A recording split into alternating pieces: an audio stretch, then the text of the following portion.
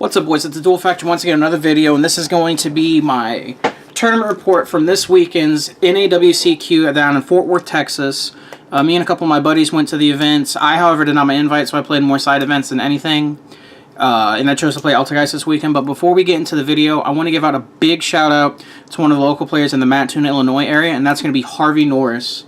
He went into a group separate of ours. However, he was able to do what we couldn't, and he top 16 North American World Championship qualifiers this weekend playing Sky Striker Trickstar. Shout outs to him. I honestly don't give him enough credit, and he doesn't receive enough credit from his peers, but the man is a very, very talented player and a very knowledgeable player. That deck profile will be up on his actual YouTube channel. It's called Harvey1997. I'll have a link in the video below, and I will also be posting a link to his video as soon as he has it posted on his channel, so you guys can go see it. Like I said, shout out to him again. He does not honestly get enough credit, and well deserved. Hope we see more future success from you in the next season.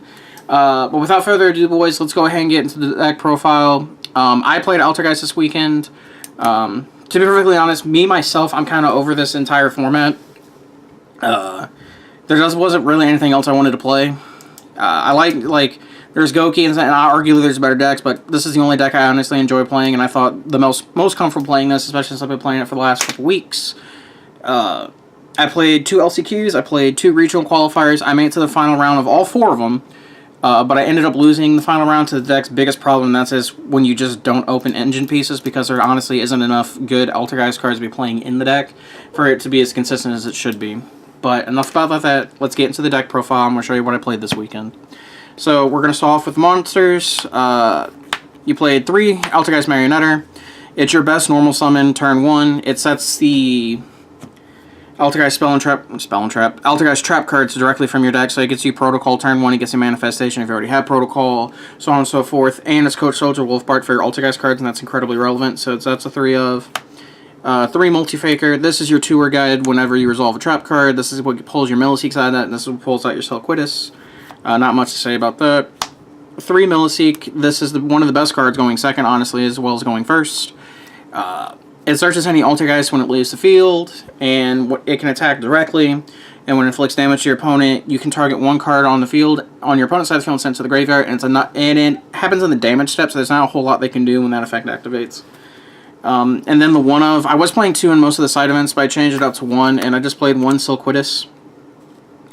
The problem with this card is the current format, it's not very good, because it doesn't honestly do anything against Trickstar Sky Striker. And then, for it to be good, you have to at least be able to have it in the deck to summon it, and then you have to do it during Goki combo before they summon Goblin, because if they summon Goblin, the card's completely useless. But, I mean, I feel like you're still stuck playing it, because there's not any better Altergeist monsters to be playing. I wasn't playing Concurry at all, I didn't think that card was very good, and it never came up, honestly. So that's it for the Altergeist monsters. For the hand traps, we played 3 of the best 1. It's generically good against everything around the board. It's kind of lackluster against Goki, but it can stop the Isold summon. That's the most important part. And then, because of the type strategy you're playing, I main decked 3 Ghost Reaper. It's the single most high impact card. You can main deck blind and Altergeist going in game 1 in general. Because you really don't summon anything out of your extra deck. But like I said, being able to, like, it's a blowout against a lot of decks, especially like Goki. There's multiple things you can get out of Goki that this card's good against. You can take double Helix from Sorrow players. You can take Agari or Shizuku from pure Sky Striker players and stuff like that. So the only deck that this card's like really lackluster against is pure Trickstar Sky Striker. Not pure Trickstar Sky Striker. Trickstar Sky Striker. But one of the things I noticed is you don't have a lot of things in that extra deck that you want to hit, but you can take Phoenix away from it if you go first and open Anti-Spell. It just protects your Floodgates so they don't have a makeable out to it. So there's that. On to spells, in the event I only played 2, but since then I've bumped it up to 4, and that is 2 Pot of Desires and 2 Pot of Duality. The reasoning behind this is because you have to see your engine pieces in your deck, and this just ups the consistency of seeing those engine pieces. Plus, these are the only cards they, like, I want to say Ash Fodder, because there's a lot of times they'll hold Ash or your Milliseek so you can't search your Multi-Faker, and that really hurts. So, but yeah, I just upped the number of these. You need to see your pieces. And then on to the trap cards. We played 3 Altergeist Protocol. I see a lot of people doing 2 and 2, but I do 3 and 1 personally, as for the one Altergeist Manifestation. Reasoning behind this is Protocol works best with itself, whereas this isn't really that great going first, but you still want the option of being able to set it off Marionetter, especially like as the game progresses, because being able to recycle your cards is really important, but you only need 1 for that. And honestly, even if you like Silkwittis, even if you banish this off of Pot of Desires, God, I couldn't think of that. But if you if you banish it off Pot of Desires, you honestly don't miss it that much. You just, like I said, you just want access to it as the games progress, especially like when you're playing like Marionetter and stuff like that. It's really easy to get to. Plus, the likelihood of you banishing this off Desires isn't that high, so the 1-off's just fine. I was playing 3 of this originally, but I bumped spoofing down to 2, mainly because the hands that you don't draw engine pieces are cards that have Altergeist in their name. This card doesn't work with itself because it's not technically an Altergeist card. So there's the reasoning behind that. Plus, this thing always gets ashed on me. It's horrible. 3 infinite impermanents. So it's like a love-hate relationship. On one hand, this card's really, really good against decks like Goki, but then you play against decks like Trickstar Sky Striker, and it's horrible. But you have to play it, because essentially this and Multifaker in hand is game, because once you resolve it and then it returns on your following turn, you end on 2 floaters and 2 negates. So, like, you have to play it. But enough about that card.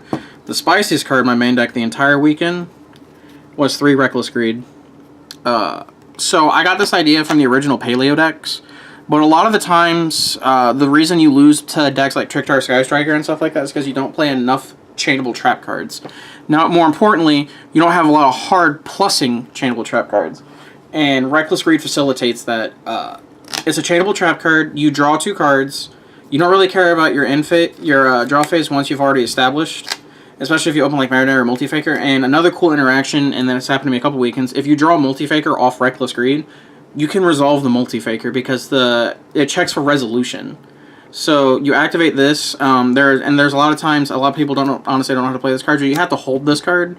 It's kind of weird, but you have to hold it as long as you can, because especially when resolving it with multiples is when it's most lit.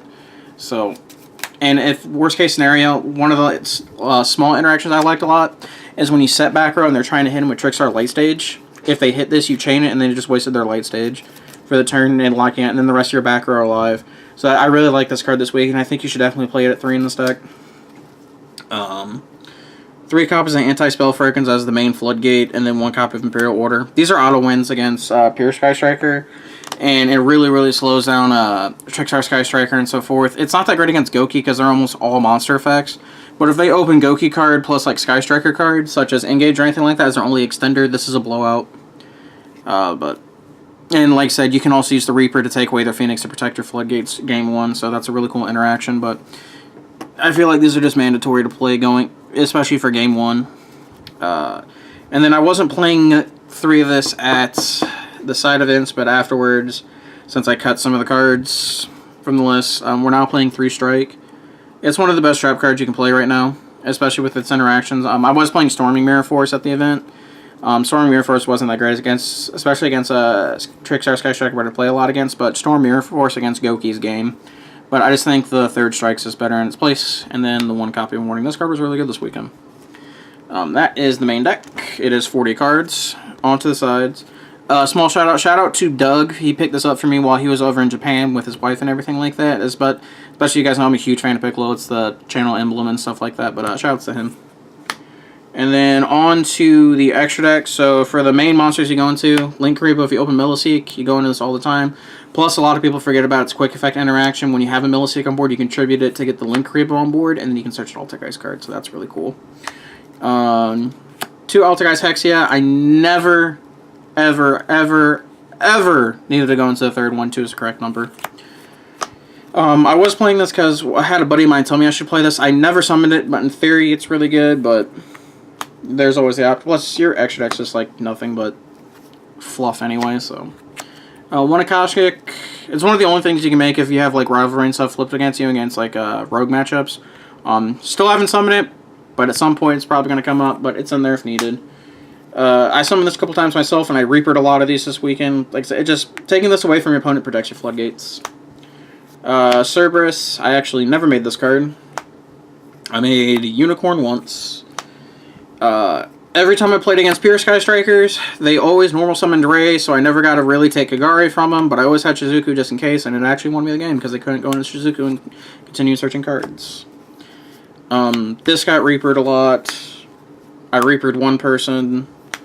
I took a lot of firewalls away this weekend. Took one Borreload away and made this once myself. And then I played no ABC. Oh, actually, I take that back. I played one ABC Ojama player, but I never drew Reaper, so it didn't matter. But it was there. So that was the extra deck. And then I'll go into my side deck. I played Thorindril and Lockbird. This was legitimately the only card I sided in. One of the only cards I sided in going second against Goki. I played one Goki person. I bodied him game 1, sided in game 2. He went for Goki combo. I had this. He'd have Called by the Grave. I won the game.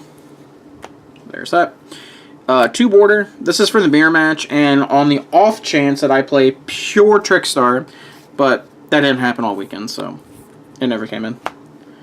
3 evenly match. This is a blowout against a lot of decks. For some reason, also another thing, I probably should have played Dante this weekend because I played 2 Burning Abyss decks.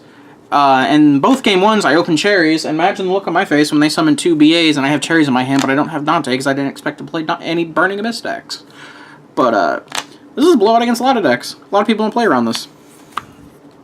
Also, fun fact, you can, when they attack you and you have Link Creepo, you can activate the Link Creep effect, tribute to 0 out their attack. They go to pass their turn if you have the set during the end phase, or if it's in your hand, activate it, blow their board out for what they have, and then summon Multi-Faker. That's a cool interaction. The more you know, kids. My best side card, Mind Crush. This card was really good all weekend. You just kept taking cards away from it. The only problem is if you don't have a way to follow it up after you've taken the card away from, for example, not drawing an engine piece, the card's lackluster. But when you have Multi-Faker Mind Crush, best feeling in the world. And then I played 2 Wiretap. You honestly don't need more than this. The prevalence of Red Reboot is honestly not that high right now, and the only thing you're really worried about is like games 2 and 3 getting blown up by evenly matched, so that's why you're playing this. But you honestly only need 2. And then 2 Heavy Storm Duster. This is really good to side in going first, especially if you're playing against decks that you know that really lose that spell fragrance, because you can set this, activate spell fragrance, have to set the card so they can go off next turn, and you just blow out their back row. But that was my Altergeist deck profile, and that was my tournament report for the 2018 North American World Championship qualifier. Again, congratulations to Harvey. Can't say that enough. I still can't believe that man went all the way. Or, all the way, but he made top 16. That man's a savage. Shout out to him again. Like I said, the link will be in the description below. Always remember to like, comment, subscribe. Also, I'll have more matches and stuff like that coming up for you. I'll do more deck profiles. But until next season, it was a hell of a year. It was easily my worst season for competitive Yu-Gi-Oh! But again, I love this game. It's my hobby. I'm going to continue to play, and hopefully I'll be able to follow back with my best competitive season this coming up one later.